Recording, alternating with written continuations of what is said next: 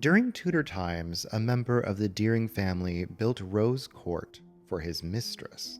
However, the situation grew even more scandalous. This mistress seems to have been caught in a love triangle with a monk who lived across the way at Greystones.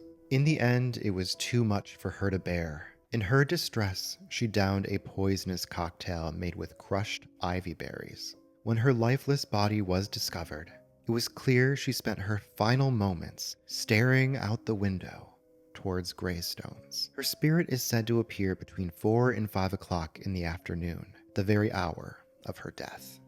Now we can move on to the third Deering lady, the ghost of Rose Court. You know, the one who lived during Tudor times, drank a poison cocktail because she couldn't stand not being with her monk lover across the street. We know part of it was made up by Carrington. First off, I'll say it was impossible for the ghost to be from Tudor times if her lover lived at Greystones, as that building was not erected until 1863. However, a very similar event did occur much later than Tudor times. On August 8th, 1862, at Rose Court, or Rose Cottage as it was then known, 31-year-old Mary Ann Bennett passed away from an opium overdose. Her death certificate and the outcome of the inquest ruled that she died by poisoning herself while in a state of mental derangement.